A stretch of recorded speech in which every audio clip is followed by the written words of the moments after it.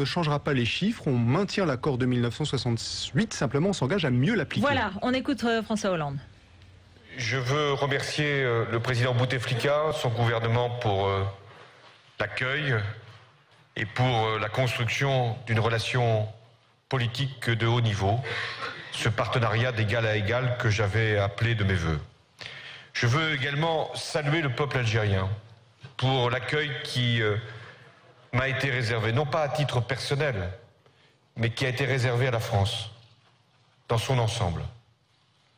Ces messages, ces encouragements, ces mots d'amitié n'étaient pas dirigés vers ma personne, mais étaient autant de messages de confiance à l'égard de la relation que nous pouvons nouer avec le peuple algérien.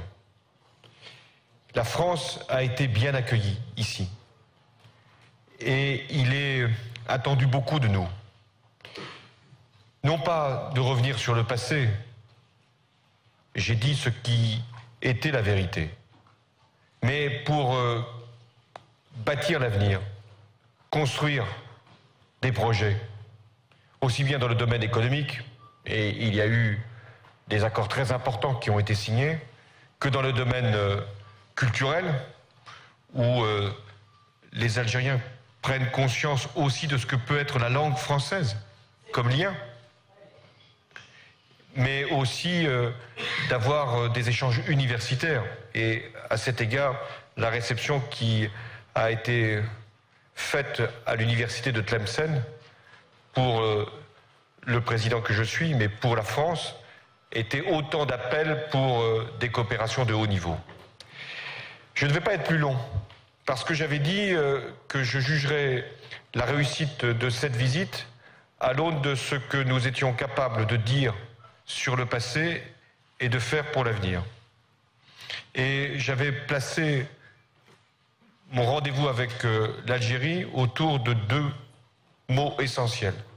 La vérité, pour évoquer l'histoire, et la volonté pour bâtir l'avenir. Et c'est autour de ces deux mots que nous avons, je le crois, réussi cette visite. Je peux répondre à vos questions.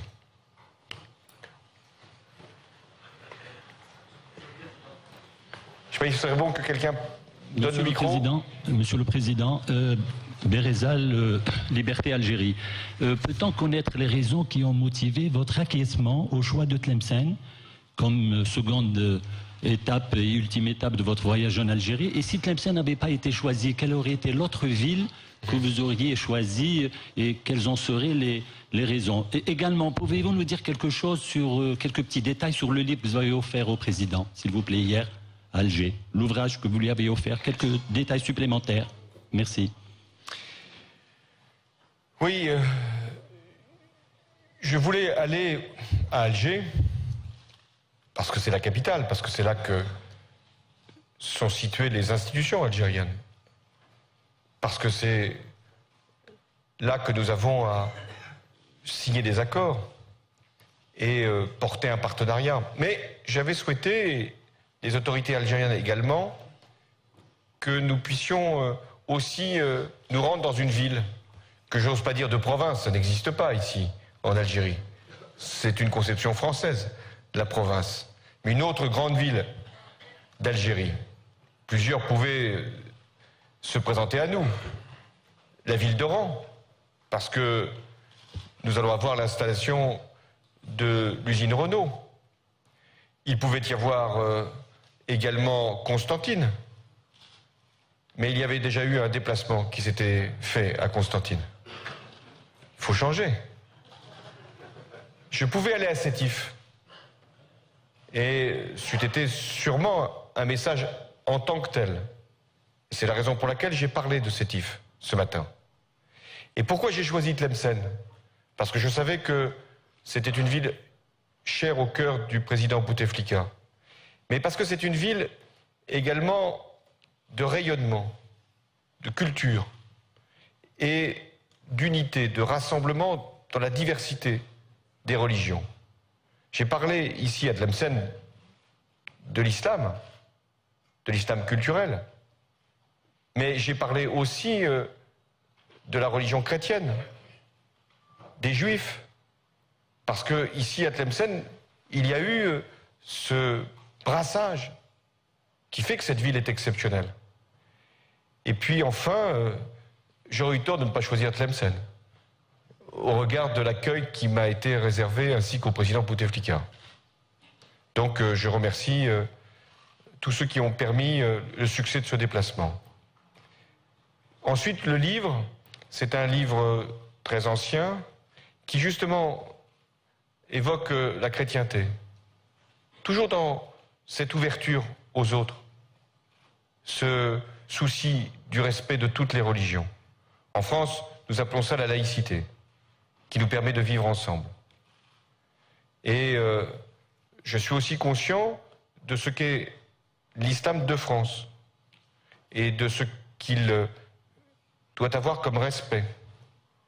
Et avec le gouvernement, le ministre de l'Intérieur, nous veillons à ce qu'il n'y ait aucune confusion, aucun amalgame par rapport au fondamentalisme ou à l'intolérance.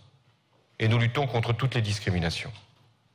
Et je sais qu'en Algérie, ce sujet-là est sensible. Parce que chaque fois qu'il y a une atteinte au droit, une menace par rapport à l'égalité, les Algériens se sentent concernés. Mais nous aussi, nous sommes concernés. Nous voulons qu'en Algérie, il y ait le respect de toutes les situations. Et j'ai été très heureux, je peux vous le dire, d'être accueilli au cimetière d'Alger et avec un entretien qui est fait des sépultures, des tombes, par l'État algérien. Et ça me permet de dire aux familles de Français nés en Algérie, dont les parents sont morts en Algérie, et qui ne savent pas toujours comment revenir pour honorer leur mort, de le faire parce qu'ils y seront bien accueillis et parce que nous ferons tout pour qu'il en soit ainsi, et les autorités algériennes également. Président, avant de poursuivre sur l'Algérie, un mot sur ce Français, si vous le voulez bien, enlevé au Nigeria. De quelles informations disposez-vous et que la France compte-t-elle ou peut-elle faire? Je confirme d'abord que l'un de nos compatriotes a été enlevé dans le nord du Nigeria. Il y a eu 2 morts nigérians dans le cadre de cet assaut. Notre ressortissant a été donc emmené. Nous cherchons tous les éléments qui nous permettent de le retrouver. Je suis en contact avec le gouvernement en France pour avoir toutes les informations. Ici, les ministres ont été tenus informés minute par minute, aussi bien le ministre des Affaires étrangères que le ministre de la Défense. Et nous utiliserons tous les moyens pour retrouver notre ressortissant. Bonsoir. Je me présente Nadjia Bouachiche du quotidien Le Watan. J'aurais 2 questions, si vous permettez, Monsieur le Président. Donc la première, vous avez appelé à orienter le regard vers l'avenir. Il se trouve que la France continue d'aborder ses relations avec le continent africain sur la base de l'héritage colonial. Donc ma question est de savoir, est-ce que réellement le passé colonial, la page du passé colonial a réellement des chances d'être tournée? Question. Vous avez dit dans votre discours à l'université de Tlemcen, en parlant justement de la réconciliation en Algérie, que se réunir et se rassembler ne suffisait pas. Donc ma question est je vous invite donc à être plus explicite. Je vais l'être, puisque vous m'invitez, en toute liberté. J'ai fait un discours à Dakar, il y a plusieurs semaines, sur ce que je voulais ouvrir comme relation avec l'Afrique. C'est-à-dire, là encore, tourner vers l'avenir. Et avec la volonté de ne pas entretenir les confusions. La France, elle a une relation qui doit être fondée sur des principes avec l'Afrique et avec tout autre continent. Mais encore davantage avec des pays qui ont pu être dans ce qu'on appelait l'empire colonial. et avec lesquels nous devions être à égalité et dans le respect. Mais ne pas non plus entretenir le passé comme une forme de récrimination. Nous avons dit ce qu'il convenait de dire sur le système colonial. Je l'ai également abordé ce matin. Donc nous pouvons travailler ensemble sur cette base-là de vérité, de respect et d'engagement pour l'avenir. Pour ce qui concerne la réconciliation, elle était nécessaire, indispensable. Et j'ai salué le mouvement qui avait été engagé en son temps par le président Bouteflika, qui a mis 10 ans avant d'aboutir à une situation où la sécurité est revenue, la compréhension. Mais en même temps, je sais que l'Algérie ne veut pas en rester là. Si elle s'est réunie, si elle s'est rassemblée, si elle était capable, là encore, d'exorciser les peurs et d'éradiquer les intolérances et les violences, elle veut l'Algérie s'engager pour l'avenir. Et donc, nous, la France, nous devons être présents au rendez-vous. Que l'Algérie, d'ailleurs, a lancé à l'ensemble du monde, pas simplement à la France. Je ne demande aucune exclusivité. Je dis simplement qu'entre la France et l'Algérie, il y a de telles relations, de tels liens, que nous pouvons faire bien plus qu'aujourd'hui. Et c'est ce que nous allons montrer par la déclaration d'amitié, par le document qui permet d'engager une coopération sur 5 ans. Et donc maintenant, ce sont les actes qui doivent venir. Parce que les paroles ont été prononcées à l'occasion de cette visite. Des accords ont été signés, mais maintenant, nous devons les traduire. Merci. Bonsoir, Monsieur le Président. Michel Bouenagem du quotidien Al-Sharq al-Awsat de Londres. Pendant ces 2 jours, il a été très peu question des problèmes internationaux. Je voudrais vous poser 2 questions, si vous permettez. La première porte sur la Syrie. Vous avez dit il y a quelques jours que le devoir de la communauté internationale, si je ne trahis pas vos paroles, c'est de hâter le départ du régime du président Assad. Après Marrakech, que peut faire la communauté internationale? Est-ce que vous considérez qu'il faut s'attendre à quelque chose d'utile, de positif, des négociations qui ont lieu actuellement entre Russes et Américains avec M. Ibrahimi? Ça, c'est la première question. L'autre question porte sur la colonisation israélienne dans l'État palestinien. Vous avez reconnu il n'y a pas longtemps, vous avez voté pour la reconnaissance de la Palestine en tant qu'État observateur non membre des Nations Unies. Or, depuis plusieurs semaines, la colonisation s'accélère à un rythme infernal. Bientôt, il n'y aura plus la possibilité d'avoir cet État que vous appelez de vos voeux, avec la continuité territoriale, etc. Est-ce qu'on peut continuer à rester comme ça sans rien faire vis-à-vis de ce gros problème? Merci. D'abord, nous avons beaucoup parlé avec le président Bouteflika de la situation internationale. Vous savez, sa sagesse, sa connaissance, son expérience, elles nous sont précieuses. Et donc, nous avons abordé 3 grands sujets. Le premier, c'est le Sahel, le Mali. Et avec, je l'ai rappelé hier, la même conception. La discussion politique, la négociation, là encore pour une réconciliation, mais uniquement avec les groupes qui ont rompu tout lien avec le terrorisme et qui acceptent le principe de l'intégrité du Mali, et en même temps continuer la pression internationale. Et aujourd'hui même, la résolution que nous attendions a été adoptée par le Conseil de sécurité et rend désormais possible, si les Africains mettent en œuvre ces principes, une intervention dont la France ne sera pas partie prenante, mais que la France appuiera par des moyens de formation et de logistique.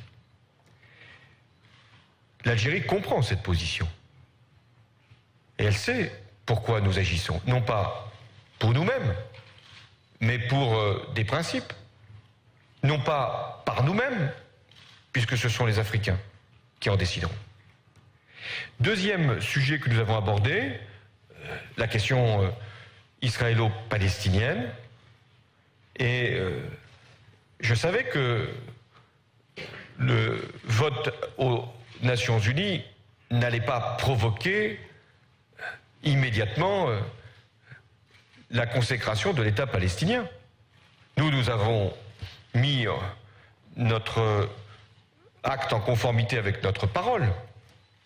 Nous étions favorables à cette reconnaissance de la Palestine comme État non membre observateur, mais nous savions bien que ça n'allait pas produire ce qui était peut-être espéré par certains. Et il n'y a pas d'autre issue que la négociation. Et par rapport aux annonces de colonisation, nous avons condamné ces déclarations.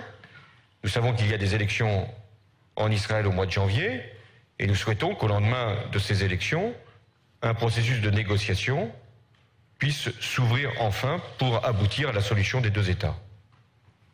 Le troisième sujet, c'est la Syrie.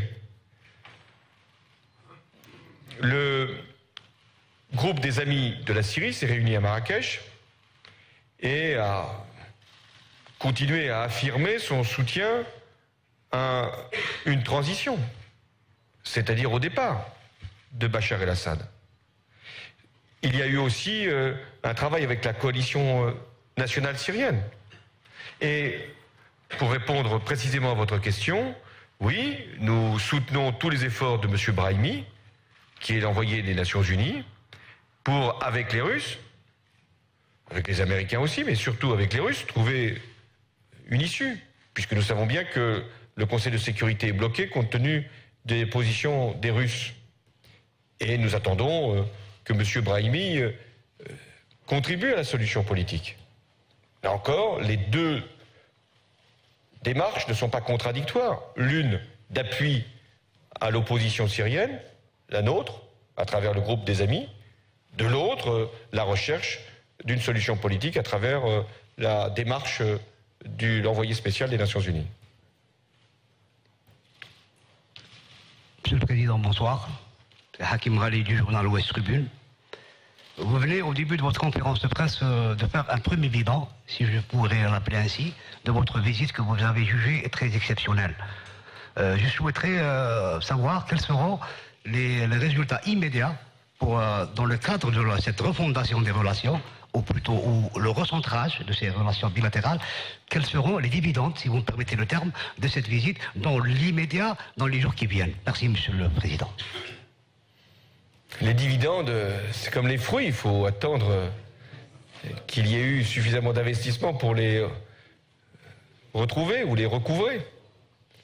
Bon, mais je crois qu'il y a déjà un résultat immédiat, qui est ce climat qui a été particulièrement favorable au cours de cette visite.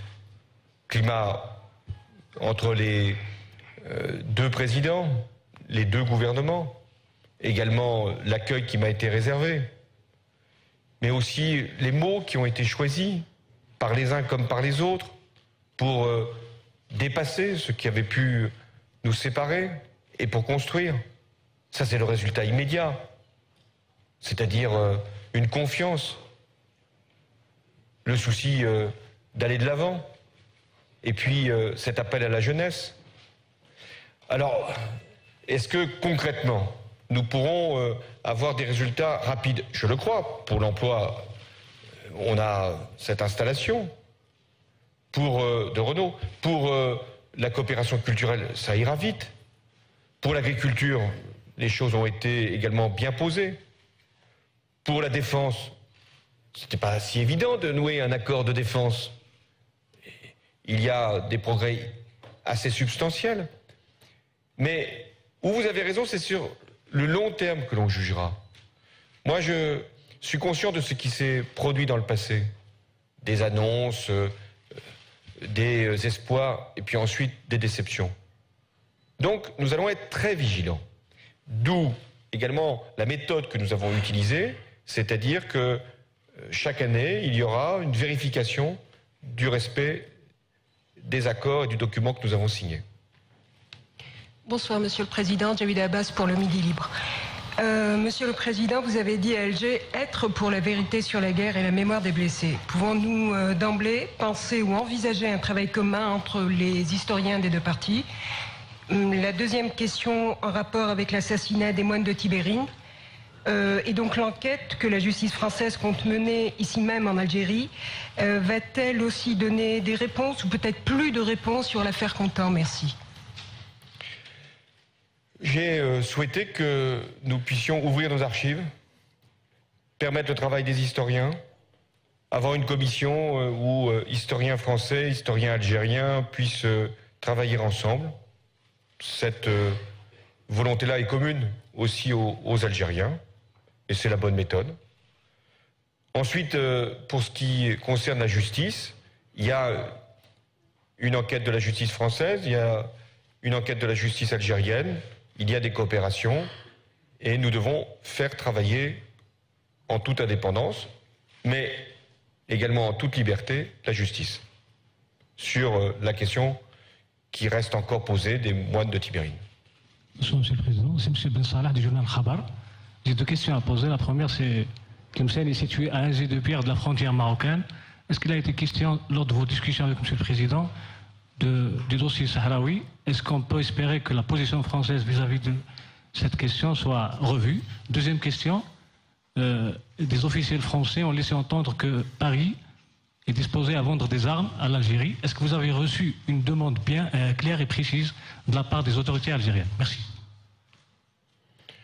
Alors, nous avons parlé de la frontière fermée entre l'Algérie et le Maroc et de ses causes, c'est-à-dire le contentieux qui demeure par rapport à l'avenir du Sahara occidental. La position française, c'est la suivante. L'ONU, rien que l'ONU, et toutes les résolutions des Nations Unies. Et nous n'en changerons pas. Ensuite, j'irai, vous le savez, au Maroc au début de l'année 2013, et je ne suis pas un médiateur, je n'ai pas à jouer un rôle d'intermédiaire, personne ne me le demande, mais je dirais aussi bien aux Marocains ce que j'ai dit aux Algériens, c'est que nous devons aller vers l'application des résolutions de l'ONU et faire en sorte que ce qui a provoqué la fermeture de la frontière puisse être levé. Je crois que c'est l'intérêt du Maghreb. Bonsoir, Monsieur le Président. C'est Nassira Chounafi de Jour d'Algérie. Par rapport à l'armement. Par rapport à l'armement, écoutez, il y a un accord, vous pourrez le lire, il n'est pas secret, et donc il ne s'agit pas de matériel d'armement, ce sont des matériels qui sont prévus dans l'accord, voilà, et pas des armes comme on pourrait le penser. Bonsoir, Monsieur le Président, c'est Nassira Chounafi de Jour d'Algérie. Vous avez dit tout à l'heure qu'il est beaucoup attendu de la France. Est-ce qu'on peut savoir ce que vous a été demandé officiellement par les autorités algériennes et qu'est-ce que la France attend aussi de l'Algérie? Une deuxième question par rapport au dossier malien. Vous avez dit qu'il y a une convergence entre les deux pays alors que la France est favorable pour une intervention militaire et l'Algérie défend toujours la solution politique. Pouvez-vous nous expliquer cette contradiction? La première question, j'ai pas compris. Vous avez dit tout à l'heure qu'il est beaucoup attendu de la France, de la part de l'Algérie. Oui. Oui, tout à l'heure dans votre introduction. Oui. Est-ce que vous pouvez savoir ce que vous a été demandé par les autorités algériennes dans ce cadre et qu'est-ce que la France attend de l'Algérie pour sa part? Mais nous attendons de faire ensemble. Nous ne demandons rien comme concession aux Algériens, pas plus que les Algériens nous demandent des concessions à nous-mêmes.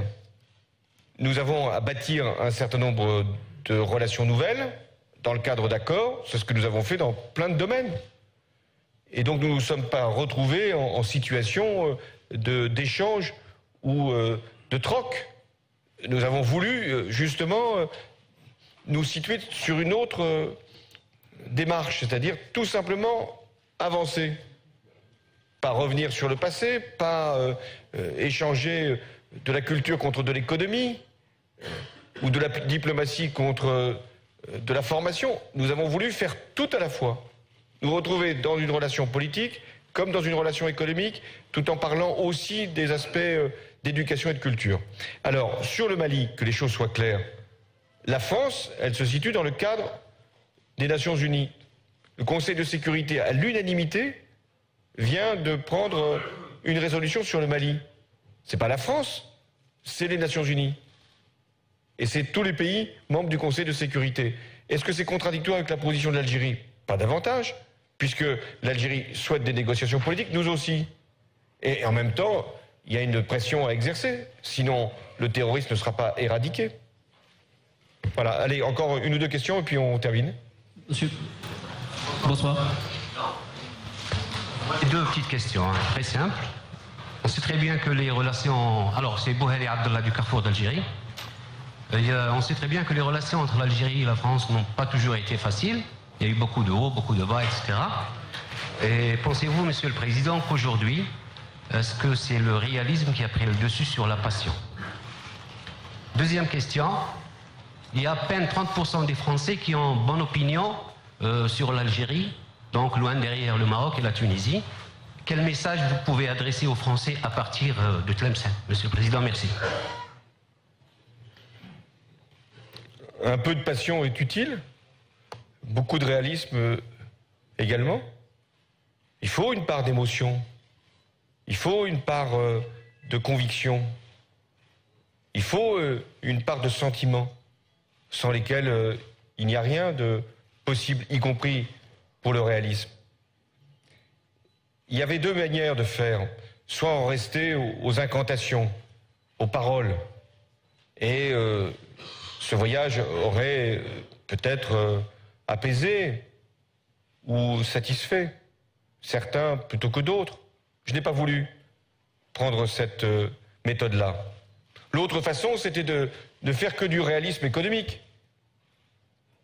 Mais l'économie se nourrit aussi de confiance politique et de relations humaines. Donc, nous avons plutôt fait une déclaration d'abord d'amitié pour porter la part d'émotion, de passion et d'humanité dans laquelle nous souhaitons inspirer la relation franco-algérienne. Et puis de l'autre, nous avons voulu avancer.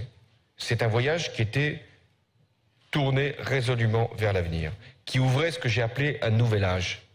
50 ans après 50 ans, on doit passer vraiment au moment de réalisation de sa vie. Jusqu'à 50 ans, on peut se poser des questions, on peut réfléchir, on peut parfois même changer. Mais après 50 ans, il faut savoir ce qu'on veut. Et voilà, l'Algérie et la France savent maintenant ce qu'elles veulent. Sur le message, oui, vous avez raison.